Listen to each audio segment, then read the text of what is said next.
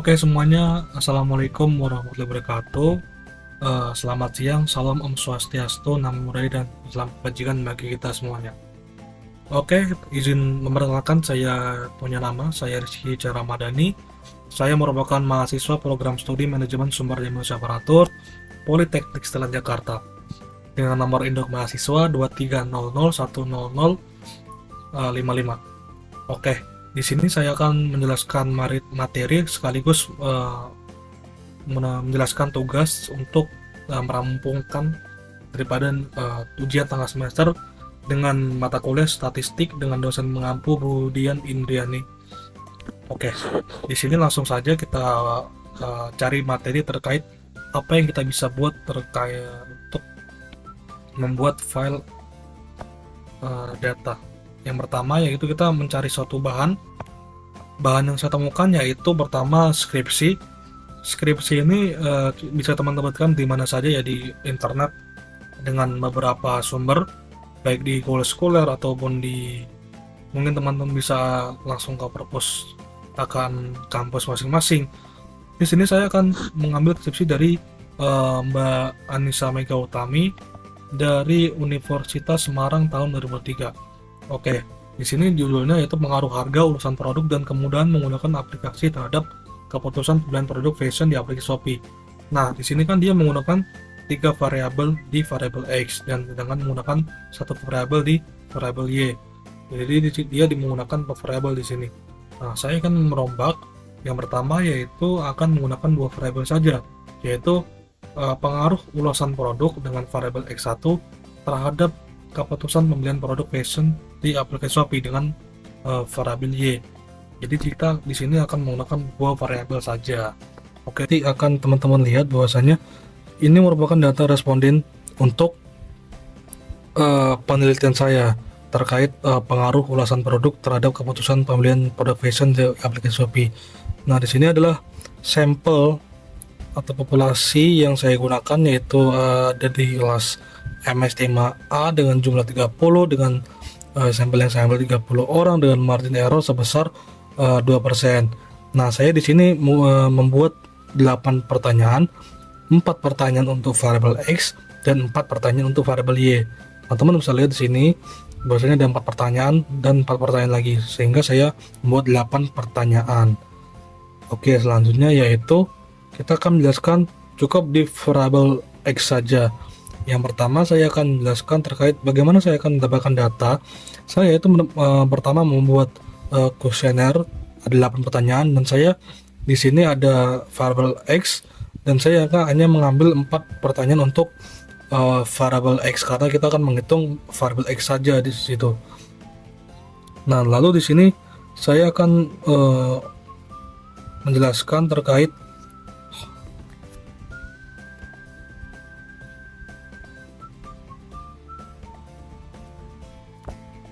bagaimana angka responden ini bisa 30 karena saya menggunakan angka atau mendapatkan responden sebesar 30 orang di sini.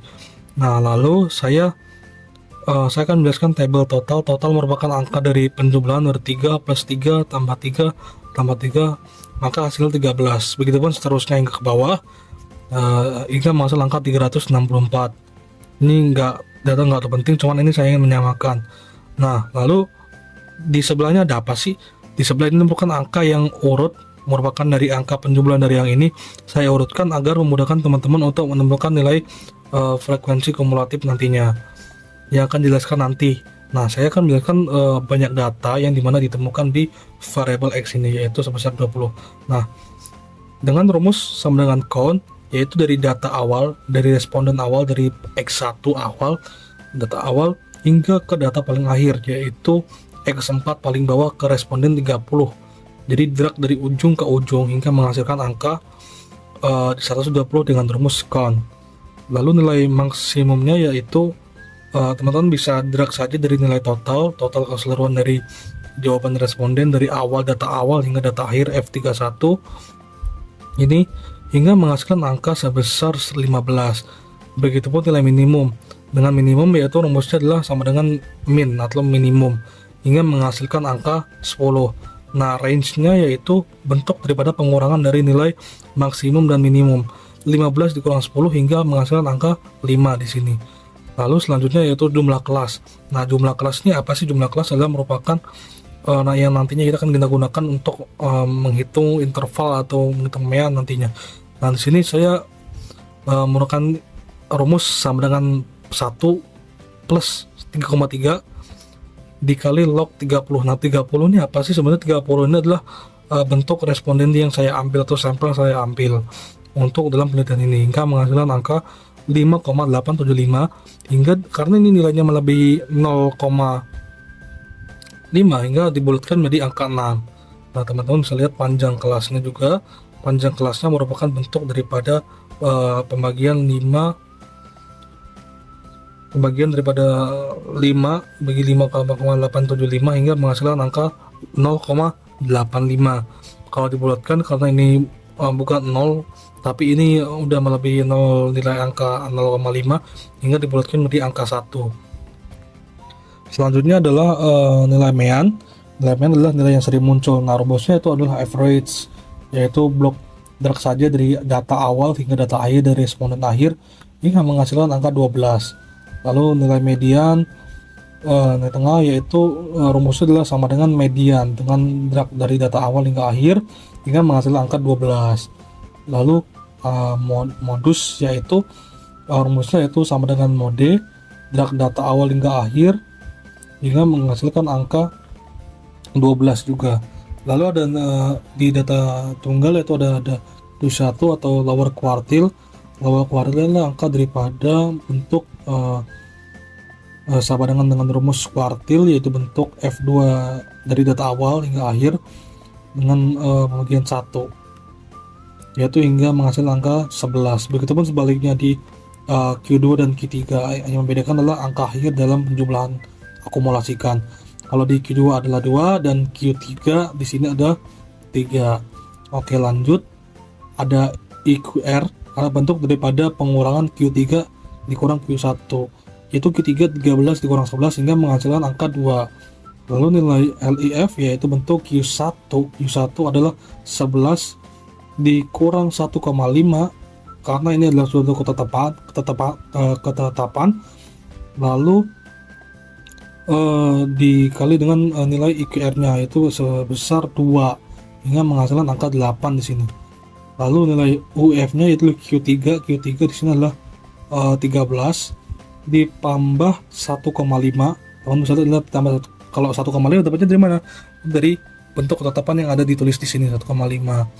Lalu dikali nilai IQR-nya nih, adalah nilai ini tadi, nilai 2 hingga menghasilkan angka 16. Nilai LOF-nya LOF yaitu bentuk daripada perkalian dari Q1. Q1-nya adalah 11 dikurang 3 di sini ada angka 3, IQR-nya yaitu 2. Karena bisa hasilkan angka 5. Lalu nilai UF-nya Q3 plus 3. Q3 adalah angka 13 tambah 3 lalu dikali nilai 2 hingga menghasilkan angka 19. Lalu di sini ada jangkauan, teman-teman, ada jangkauan, ada antar kuartil, yaitu dengan pengurangan Q3 dikurang Q1 hingga menghasilkan angka 2. Berarti Q3 13 dikurang Q1 hingga menghasilkan angka 2. Nah, ini ada simpangan daripada data tunggal. Ada simpangan rata-rata dengan rumus AVDEF, yaitu F2 berat ke atas hingga ke bawah, seperti yang saya lakukan di sebelum-sebelumnya. Data paling atas hingga data awal dari total keseluruhan jumlah kuesioner yang teman-teman dapatkan. Lalu menghasilkan angka 1,09 dengan simpangan baku. Rumusnya itulah sama dengan STDEF dengan cara yang sama, dari data awal hingga akhir hingga menghasilkan angka 1,41. Lalu ada variance dengan rumus variance seperti halnya sebelumnya, yaitu dengan data awal hingga akhir hingga menghasilkan angka 1,98. Oh iya, di sini saya menggunakan margin error sebesar 2% yang sudah diakumulasikan angka ini.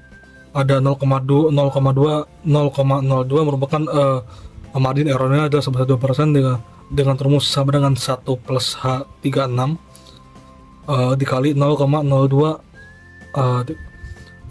pangkat 2. Di sini bisa dihasilkan angka 1,012 hingga diakumulasikan dari dua data di atas hingga menghasilkan angka 29,644 dan seterusnya.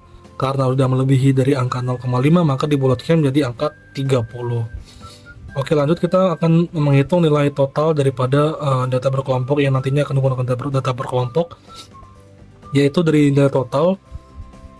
Dapatnya dari mana? Sebenarnya karena saya udah menghitung dari awal atau merapikan ya nilai total daripada keseluruhan dari total kuesioner ini dari awal hingga akhir, dari nilai 10 hingga nilai terkecil hingga nilai terbesar, yaitu angka 15 merupakan angka terbesar, maka saya hanya mengurutkan secara manual teman-teman di sini.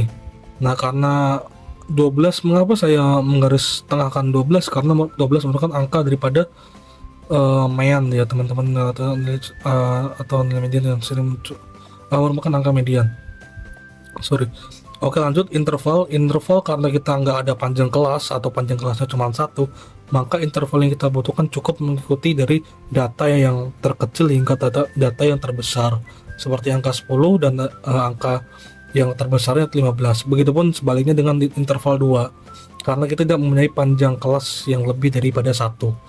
Oke, lanjut V merupakan nilai jumlah daripada responden yang sebelumnya di total. Karena interval 10 itu ada 10 nih. Berapa sih nilai yang menjawab total daripada yang menjawab 10 itu? Kita mencoba drag dari nilai total keseluruhan. Maka angka yang dihasilkan di ujung sini adalah kelima. Makanya saya mencantumkan angka 5 di sini. Karena ini merupakan angka daripada jawaban yang sudah mutlak dari responden. Lalu selanjutnya melakukan yang sama, angka 11 kita cukup mengdrag saja secara manual. Maka yang terakhir kita akan menghitung akumulasi daripada nilai V tersebut hingga menghasilkan angka 30. Karena kalau kita menghasilkan angka lebih atau kurang 30, maka angka itu tidak valid atau data kita tidak benar. Maka kita perlu merapikan atau mengulang lagi terkait data yang kita teliti dari awal. Oke, selanjutnya adalah frekuensi kumulatif. Nah, frekuensi kumulatif ini dapatnya dari pada bentuk N3 5 dikurang 0 karena inilah baru tabel awal atau paling awal, makanya dia bentuknya dalam bentuk pengurangan ketimbang sesudahnya adalah bentuk penjumlahan. Nah, kalau kita ke kolom keduanya, maka yang kita temukan adalah penjumlahan 03 plus N3, yaitu nilai frekuensi kumulatif dan nilai V-nya ditambah.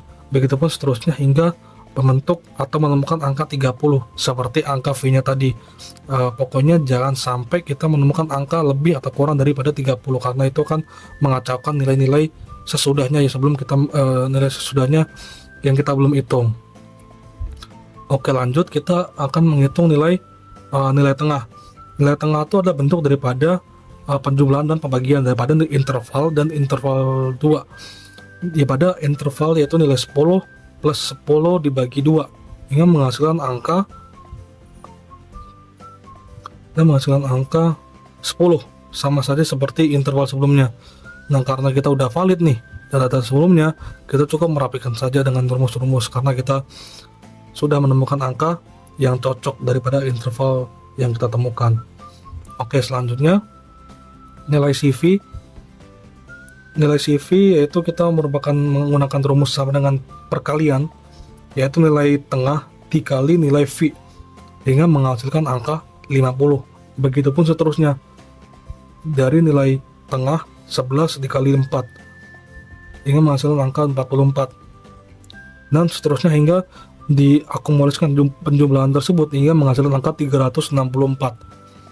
Oke, selanjutnya yaitu ada nilai C dikurang X, yaitu dengan rumus absolut. Nah, sebelum kita lanjut, kita harus menemukan dulu simbangan rata-rata daripada data berkelompok. Dari mana kita melakukannya, yaitu dengan rumus pembagian dari nilai CV dibagi nilai V, yaitu nilai 364 dibagi 30 hingga menemukan angka 12,1. Karena kalau kita belum menemukan, maka kita tidak bisa melakukan pengakumulasian daripada nilai si X-nya nanti. Karena kita udah menemukan angka simpangan rata-rata, maka kita harus melakukan perkalian daripada nilai tengah 10 dikurang 12,21, yaitu dengan rumus sama dengan absolut hingga menghasilkan angka 2,13. Begitupun seterusnya hingga ke bawah kita melakukan pengurangan daripada dengan nilai rata-rata dari data berkelompok. Nah, oke, lanjut kita akumulasikan angkanya tersebut menjadi 9,00. Selanjutnya ada nilai V atau nilai V X dikurang X, yaitu rumusnya adalah perkalian daripada nilai V dikali nilai XC dikurang X, yaitu 5 dikali 2,13 hingga menghasilkan angka 10,7. Begitupun seterusnya hingga ke bawah, melakukan perkalian secara berkala. Lalu kita mengakumulasikan dengan angka 32,80 dari hasil penjumlahan dengan rumus sum. Lalu selanjutnya yaitu ada nilai XI dikurang X kuadrat, yang dimana kita akan melakukan pengakaran atau pengkuadratan, yang dimana kita harus menggunakan dari nilai XI dikurang S, yaitu angka dari 2,13 sebelumnya, yaitu 4,6. Begitupun seterusnya hingga ke bawah dengan rumus yang sama. Lalu kita akumulasikan angka tersebut dengan rumus sum yang menghasilkan angka 18,31. Lalu yang terakhir yaitu adalah nilai V X1 kurang X kuadrat, yaitu melakukan perkalian lagi daripada nilai V dikali nilai 4,6 dari nilai XI kurang X kuadrat, menghasilkan angka 22,8. Begitupun seterusnya hingga ke bawah hingga diakumulasikan angkanya menggunakan rumus sum 57,47.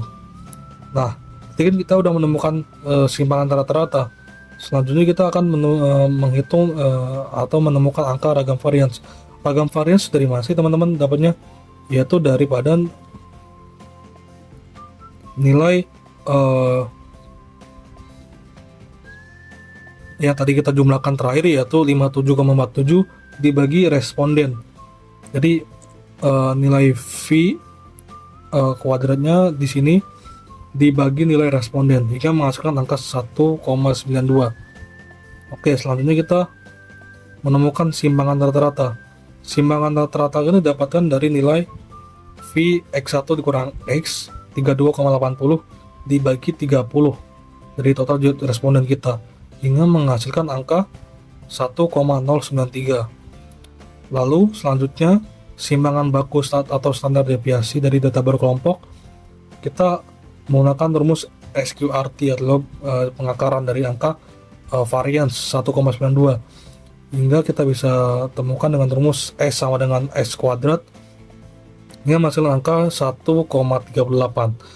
Lalu yang terakhir teman-teman, kita bisa menemukan koefisiensi varians dengan rumus sama dengan X sama dengan S bagi X dikali 100, yang dimana kita bisa menggunakan di Excel dengan rumus simpangan baku 1,38 dibagi 12,1 dikali per 100% hingga menghasilkan angka 11,41%. Nah, yang terakhir yaitu di sini akan menjelaskan secara singkat saja, yaitu terkait indikator persentase dari skala Likert yang saya sudah akumulasikan dari pertanyaan X1 hingga X4. Nah, X1 itu adalah pernyataan 1 dan hingga X4 adalah pernyataan 4. Hingga ini adalah bentuk daripada responden teman-teman yang sudah mengisi kuesioner saya. Lebih bisa dilihat bahwasanya teman-teman di sini lebih condong ke angka setuju, yaitu angka ketiga itu nggak setuju, hingga grafiknya bisa teman-teman lihat bahwasanya lebih condong di angka ketiga, lebih tinggi sebesar 66,7% dibandingkan angka-angka X1, X2 atau X4. Nah, angka setuju lebih dominan, lebih banyak ketimbang angka sangat setujunya. Di sini lebih eh, lebih kompleks datanya ketimbang data-data sangat tidak setuju atau tidak setuju atau sangat setuju, lebih condong ke angka setuju. Lalu selanjutnya persentase tidak setuju dan setuju dari variabel X lebih tinggi daripada ketimbang angka tidak setujunya, itu sebesar 92,7%. Ya, itu bisa dihasilkan di angka di sini. Teman-teman bisa lihat di sini bahwasanya ini merupakan akumulasi nilai daripada persentase sebelumnya. Dari angka 12 tidak setuju hingga setuju. Oke. Teman-teman bisa dapat disimpulkan bahwasanya dalam variabel X ya teman-teman, responden menyatakan setuju terhadap ulasan produk mempengaruhi dalam keputusan pilihan produk fashion di aplikasi Shopee karena lebih condong ke angka 3 atau angka setuju begitu. Oke teman-teman sekalian, saya rasa cukup sekian, dan sebelumnya saya mengucapkan terima kasih teman-teman sudah menonton dan menyimak, dan terima kasih juga untuk dosen pengampu mata kuliah statistik terapan di Politeknik Saran Jakarta, Ibu Dian Indriani, dan teman-teman sekalian yang saya banggakan telah menonton saya awal dari akhir dan menyimak saya. Semoga video saya berguna ya teman-teman bagi angkatan-angkatan yang nantinya akan mengisi di semester 3, karena saya tahu mereka akan butuh video ini untuk menyelesaikan statistika terapan tentunya. Oke, saya cukupkan. Terima kasih. Wassalamualaikum warahmatullahi wabarakatuh. Salam Om Swastiastu, Namo Buddhaya, dan salam kebajikan bagi kita semuanya. Terima kasih.